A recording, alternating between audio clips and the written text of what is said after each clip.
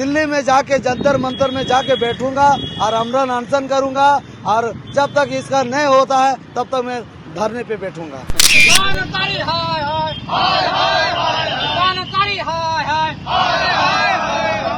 मंत्री जी के दौरान ये सारा घटना घटा है। मंत्री जी के दौरान अभद्र गाली दे रहा है, उनके सामने लाल टी शर्ट आ रहा है, गाली दे रहा है, मंत्री जी सामने गाली दे रहा है और उनके सामने ऐसा कांड हुआ है। सबसे मंद बुद्धि वाले विधायक और मंत्री हैं। हम फिर से अपनी गारंटी पर, अपनी जिम्मेदारी पर इस बात को कह रहे हैं। इससे पहले भी कहे थे कि इरफान अंसारी अगर फुरकान अंसारी के बेटे नहीं होते तो वो किसी एटीएम में सिक्योरिटी गार्ड की नौकरी के लायक भी नहीं, तो उनका IQ लेवल इतना कम है।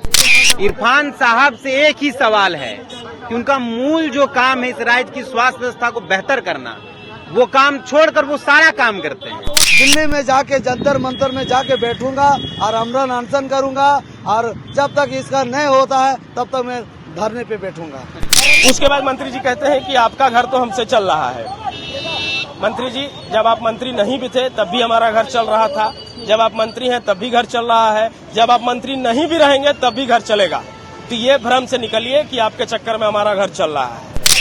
बाकी मैं तो मांग करूंगा माननीय मुख्यमंत्री हेमंत सोरेन जी से कि इन्हें इनके पद से बर्खास्त किया जाए, क्योंकि ये अपने पद के लायक नहीं है। अपने पद को संभालने के लिए ये पूरी तरह से इनकॉम्पिटेंट है।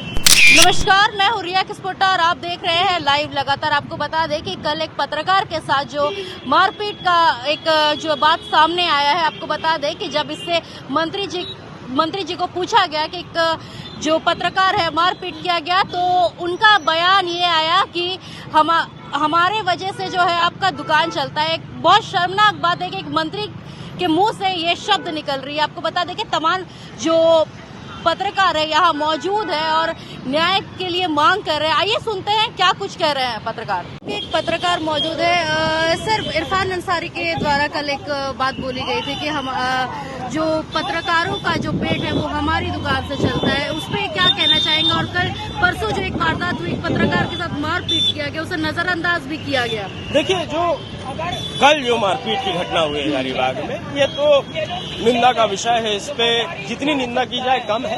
इस पे तो सबसे पहले मंत्री इरफान अंसारी को माफी मांगनी चाहिए, क्योंकि मंत्री के सामने उनके समर्थकों द्वारा एक पत्रकार को पीट दिया गया और मंत्री जी ने उस दौरान कुछ नहीं किया। साथ ही कल शाम में वो अपनी सफाई देते हैं कि नहीं वहाँ कुछ नहीं हुआ था। जो हजारीबाग के साथी हैं जिनके साथ मारपीट हुई, उनके शरीर पर जो चोट है, क्या वो झूठ? जो वीडियो वहाँ से निकल करके आया मारपीट, जो भीड़ जो है पीट रही है उन्हें, क्या वो झूठ है? उसके बाद मंत्री जी कहते हैं कि आपका घर तो हमसे चल रहा है। मंत्री जी, जब आप मंत्री नहीं भी थे तब भी हमारा घर चल रहा था, जब आप मंत्री हैं तब भी घर चल रहा है, जब आप मंत्री नहीं भी रहेंगे तब भी घर चलेगा। तो ये भ्रम से निकलिए कि आपके चक्कर में हमारा घर चल रहा है। बाकी मैं तो मांग करूंगा माननीय मुख्यमंत्री हेमंत सोरेन जी से कि इन्हें इनके पद से बर्खास्त किया जाए, क्योंकि ये अपने पद के लायक नहीं है। अपने पद को संभालने के लिए ये पूरी तरह से इनकॉम्पिटेंट है। आए दिन मंत्री साहब से बहुत सारी बयान ऐसी भी आती है जो काफी ज्यादा शर्मनाक होती है, लेकिन उस चीज को भी हल्के में ले लिया, तो उस पर क्या कहना चाहेंगे आप? देखिए, गैर जिम्मेदाराना बयान उनका कोई आज का नहीं है। वो हमेशा से ऐसे ही बयान देते आते हैं। बीते दिनों जब रिम्स की छात्रा के साथ दुष्कर्म की घटना हुई तो वो कह रहे हैं बिहार का है क्या? आप स्वास्थ्य मंत्री हैं, आपको राज्य में इतनी बड़ी घटना हो गई रांची में, आपको इसकी जानकारी नहीं है, तो ये क्या समझे? लोग क्या समझेगा? आम आदमी क्या समझेगा? पत्रकार क्या समझेंगे? तो ये कोई नया नहीं है। और मैं आपको लिखित दे रहा हूँ कि उनका बयान न पहले बदला था, न अब भी वैसे ही गैर जिम्मेदाराना बयान रहेगा और आगे भी चल के ऐसे ही रहेगा। वो बदलने वाले नहीं है। तो ये दुर्भाग्य है झारखंड की कि ऐसा स्वास्थ्य मंत्री झारखंड को मिला है, क्योंकि काम तो विभाग में नहीं हो रहा है। अपना परिचय बता दीजिए। मेरा नाम ऋषभ गौतम है, मैं द फॉलो अप का रिपोर्टर हूँ। कल जो घटना घटी हजारीबाग में, उसकी जानकारी है। कल हजारीबाग में एक बाइस्कोप के पत्रकार के साथ ही मारपीट हुई है और बहुत बुरे तरीके से मारा गया, उनका सर फुट गया है। इस राज्य के अंदर पिछले 6 सालों में पत्रकारों को डर कर काम करना पड़ा है। अब लोग मुखर होकर बोल रहे हैं, हम लोग तो पिछले 6 साल से बोल रहे हैं। इरफान अंसारी की अगर हम बात करें तो उनका मानसिक दिवालियापन अब इस स्तर तक बढ़ गया है कि पहले उन्होंने FIR कराया, हम पर FIR कराया है इरफान अंसारी ने अपने समर्थकों के माध्यम से। कौशलेंद्र भैया है, एक स्वराज पोस्ट उनका था, अभी वो न्यूज हाट में है। उन पर भी FIR कराया उनके समर्थकों ने, बकायदा उनकी गिरफ्तारी के सारे हथकंडे अपनाए गए इरफान अंसारी के द्वारा। उसके बाद फॉलोअप के जो साथी हैं उन पर मानहानि 10 करोड़ का किया गया, और अब यह हो गया कि उनके सामने उनके गुंडे मारपीट कर रहे हैं। इरफान साहब से एक ही सवाल है कि उनका मूल जो काम है इस राज्य की स्वास्थ्य व्यवस्था को बेहतर करना, वो काम छोड़कर वो सारा काम करते हैं। वो रील बनाते हैं, वो एंटरटेनमेंट जानते हैं, लेकिन इस राज्य के अंदर पिछले जब से वो स्वास्थ्य मंत्री बने हैं, जाके देखिए अस्पतालों की स्थिति क्या है। कंधे पर लाश ढोए जा रहे हैं, अस्पतालों में लोग दम तोड़ दे रहे हैं, बच्चों को HIV पीड़ित बना दिया जा रहा है। सोचिए ये स्थिति है, लेकिन जब उस पर आप बात करेंगे तो इरफान जी आ जाएंगे भाजपा का मसला है, भाजपा ये सब कुछ कर रही है। इरफान जी इस राज्य के सबसे मंद बुद्धि वाले विधायक और मंत्री हैं।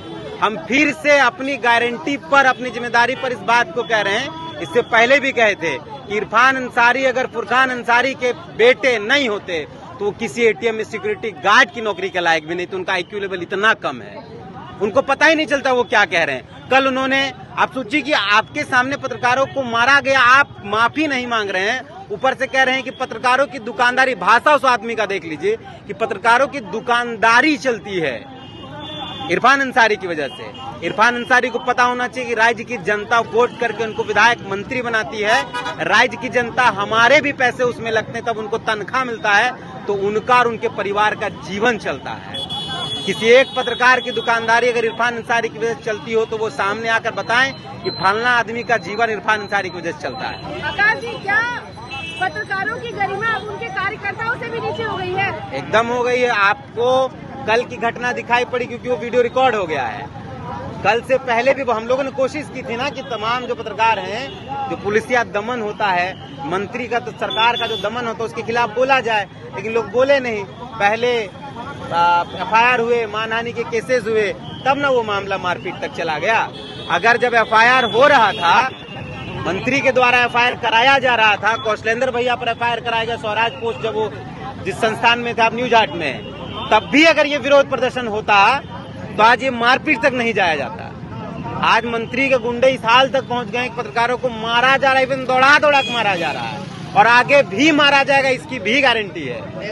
नेशनल चैनल के पत्रकार को मार हुआ तो पत्रकार है ना, किसी भी चैनल में है, उससे क्या फर्क पड़ता है?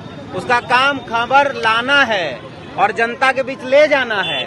अगर वो खबर लाने के दौरान मार खा जा रहा है तो खबर लाने तो नहीं जा पाएगा ना। प्रशासन की मौजूदगी में मारपीट हो रही है, मंत्री की मौजूदगी में हो रहा है, प्रशासन क्या करेगी वहाँ?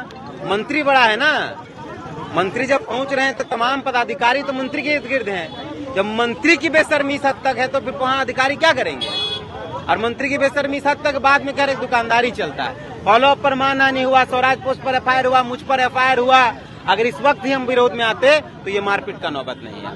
पैसे से हम पत्रकार हैं, मैंने न्यूज कवरेज के लिए गया था, मंत्री जी आए हुए थे निरीक्षण के लिए सदर अस्पताल, मैंने विजुअल वगैरह सारा जमा किया, कवर किया। उसके दौरान जब मंत्री जी निकल रहे थे तो पत्रकार का जो कंप्लीट खबर होता है, बेट होता है, वो बेट ले रहे थे।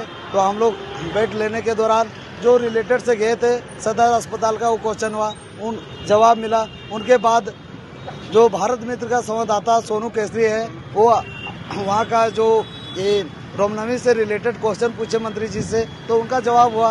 उसके बाद न्यूज 18 का जो संवाददाता है सुशांत सोनी, वो चतरा से रिलेटेड क्वेश्चन किए कि विमान क्रैश हुआ था, जो एम्बुलेंस बीते हुए महीना में हुआ था ना, तो उससे रिलेटेड क्वेश्चन किए। तो कुछ देर के लिए आपका स्वास्थ्य मंत्री चुप रहे। उसके बाद उधर से कांग्रेस समर्पित और उनका परिवार समर्पित गुंडा लोग आए और अभद्र गाली देने लगे मंत्री जी के सामने। अब वीडियो वायरल हो रहा, आप खुद जांच पड़ताल कर सकते हैं, एविडेंस है। वो गाली तो नहीं ना बनौटी है। मंत्री जी इनकार करे तो वो तो विजुअल वायरल हो रहा है। आपका बीजेपी का प्रदेश अध्यक्ष बयान दे रहे हैं, कई चैनलों ने प्रदेश अध्यक्ष जी बयान दे रहे हैं, आप देख सकते हैं। मारपीट हुआ है। मंत्री जी के दौरान ये सारा घटना घटा है। मंत्री जी के दौरान अभद्र गाली दे रहा है, उनके सामने लाल टी शर्ट आ रहा है, गाली दे रहा है, मंत्री जी सामने गाली दे रहा है और उनके सामने ऐसा कांड हुआ है। पत्रकार के साथ ऐसा हुआ, क्या कुछ इसमें क्या मांग करते हैं? देखिए, हम लोग के साथ चौथा स्तंभ के ऊपर हमला है, सिर्फ मेरे ऊपर हमला नहीं, 4th पिलर पे हमला हुआ है। तो जितना लोग उस ये हमला में शामिल है उन्हें जल्द गिरफ्तार करके सलाखों के पीछे भेजने का काम करे। और अगर ये नहीं होता है तो मैं दिल्ली में जाके जंतर मंतर में जाके बैठूंगा और आमरण अनशन करूंगा, और जब तक इसका नहीं होता है तब तक मैं धरने पे बैठूंगा। आशीष कुमार साहब, रफ्तार मीडिया संवाददाता, हजारीबाग। लेकिन ये कहाँ तक जायज है कि किसी पत्रकार का आप मॉब लिंचिंग कर दीजिए? क्या सवाल पूछना इस स्टेट में गुनाह हो गया है? क्या पत्रकार कौन सा सवाल किससे और कब पूछे ये कोई मंत्री या फिर कोई उसके समर्थक कार्यकर्ता तय करेंगे? यही सवाल लेकर हम लोग खड़े हैं कि आखिर ऐसा क्या सवाल पूछ दिया गया कि मंत्री और उनके समर्थकों को इतना चुभ गया? सवाल तो वही पूछा गया जिसकी बैठक कल ही दोपहर मुख्यमंत्री हेमंत सोरेन के साथ थी। आपने देखा कि सुबह मारपीट हुई और दोपहर को जो विमान दुर्घटना में परिजन जिनका निधन हुआ उनके लोगों के साथ मुख्यमंत्री हेमंत सोरेन ने बैठक की। मुख्यमंत्री इतना कह सकते थे कि आज ही दोपहर को इस मसले पर बैठक है, शाम तक आप लोगों को सकारात्मक जवाब मिल जाना था, काम खत्म हो जाता। अगर उनके सामने घटना घट भी गई, वो खुद सोशल मीडिया में लिख रहे हैं कि मेरे सामने ऐसा कुछ नहीं हुआ, विवाद शुरू हुआ था और हम साइड से निकल गए थे। इसका मतलब आप सहमति देकर निकले कि मारो इसको। तो सवाल तो यही है कि आप मिनिस्टर हैं स्टेट के, आप नेता हैं, आप हजारों लाखों भीड़ को संभालते हैं, तो आपको वहाँ संभालना चाहिए था। आप सिर्फ इतना बोल देते कि चलो दोनों पक्ष जो है एक साथ रहना है, शांति से रहो, अगर किसी से गलती हुआ है तो उसकी तरफ से हम माफी मांगते हैं। इरफान अंसारी की जगह हम रहते तो यही करते, तो वो नहीं किए और यही वजह है कि हम लोग आज जिस पत्रकार की बेरहमी से 2 पत्रकारों की पिटाई की गई है उसके लिए हम लोग इंसाफ की मांग कर रहे हैं। आज अगर मान के चलिए इंसाफ अगर नहीं मिला, माफी नहीं मांगते, तो अगला कदम हम लोग का क्या होगा? सब लोग का देखिए, हम लोग हमेशा संवैधानिक तरीके से ही प्रोटेस्ट करते हैं, मांग करते हैं। इससे आगे हम लोग राज्यपाल के पास जाएंगे, मुख्यमंत्री के पास जाएंगे, उनको बताएंगे कि उनके कैबिनेट का साथी मंत्री कितना बेशरम हो गया है, बेहया हो गया है कि एक सवाल पूछने पर अपने समर्थकों से पत्रकारों का मॉब लिंचिंग करवाता है। वही मंत्री जो मॉब लिंचिंग पर लंबा लंबा भाषण देते हैं, लेकिन मॉब लिंचिंग करवाने में वो सबसे आगे रहते हैं। देखिए, आए दिन तो पत्रकारों पे हमले और पत्रकारों को झूठे मामलों में फंसाने का षड्यंत्र रचा जाता रहा है, पत्रकारों को फंसाया भी जा रहा है। कल की जो घटना है वो अति निंदनीय है। इसलिए निंदनीय है कि ये घटना मंत्री महोदय के सामने हुई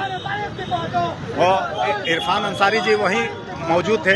घटना का कारण चाहे जो भी हो, लेकिन इस तरह की मारपीट की घटना मंत्री के सामने ही हो तो ये तो निंदनीय है। और मंत्री महोदय को इस पे चाहिए कि चाहे वो कोई भी थे, उन पर कार्रवाई के लिए वो निर्देश देते। पत्रकारों के जिनके साथ हुई घटना उनके लिए सहानुभूति के कुछ शब्द बोलते, लेकिन ऐसा उन्होंने नहीं किया और वो इस घटना से साफ पल्लू झाड़ते हुए नजर आ रहे हैं। ये निंदनीय है। तो मंत्री जी को चाहिए था कि वो हजारीबाग जिला प्रशासन को कहते कि इसमें जो भी दोषी हैं उन पर कार्रवाई करें। ये अगर उनकी इनसे बदनामी हो रही है तो ऐसा लग रहा है कि उन्हें किसी चीज की परवाह ही नहीं है। लोग कैबिनेट पर बयान देते कि पत्रकारों का दुकान हमारे वजह से, पत्रकारों का दुकान हमारे वजह से चल रहा है। नहीं, ठीक है, तो वो अगर पत्रकारों की दुकान खुलवा कर बैठे हुए हैं तो इसकी जांच होनी चाहिए। माननीय मुख्यमंत्री को चाहिए कि उनकी जांच करवाएं।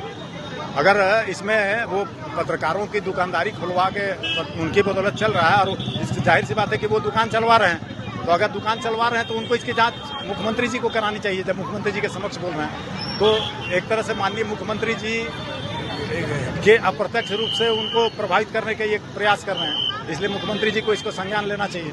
घटना होना काफी आम बात है, लेकिन ये घटना काफी बड़ा घटना है।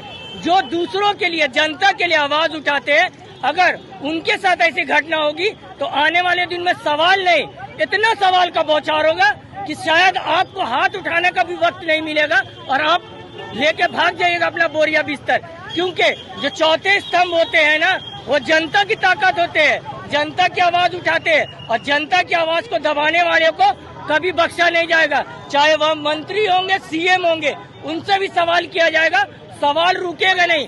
अगर आप हाथ उठाते तो हाथ उठाना काफी आसान है किसी में, लेकिन सवाल करना मुश्किल है और ये मुश्किल सवाल पत्रकार करते हैं और पत्रकार को दबाना आसान नहीं है। तो याद रखिएगा, जो भी ऐसा करेंगे उन पे और बौछार होगा सवालों का, और ऐसा सवाल होगा कि आपका मंत्री पद से लेके आपका विधायकी भी छोड़ेंगे नहीं अगर आप गलती कीजिएगा।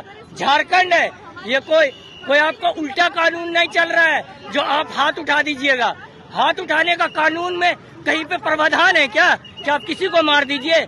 पत्रकार क्या किसी को आप नहीं मार सकते हैं? तो इस पे कानूनी कार्रवाई होना चाहिए। और अगर आम आदमी के लिए भी कानून बना है तो मंत्री के लिए भी कानून बनना चाहिए, सख्त से सख्त कानून कार्रवाई होना चाहिए। तो जैसा कि आपने देखा कि पत्रकारों का क्या कुछ कहना है, जो हुआ है वो गलत है, और एक पत्रकार को भारत का जो बोलते हैं चौथा स्तंभ माना जाता है, जो उन्हीं के साथ जो है मारपीट की जा रही है, सच बोलने पे उन्हें चुप कराया जा रहा है। क्या ये सही है? आप कमेंट सेक्शन में हमें जरूर बताइएगा। ऐसी तमाम खबरों के लिए बने रहिए लाइव लगातार। लाइव लगातार के वीडियो को लाइक करें, सब्सक्राइब करें और बेल आइकन को दबाना न भूलें।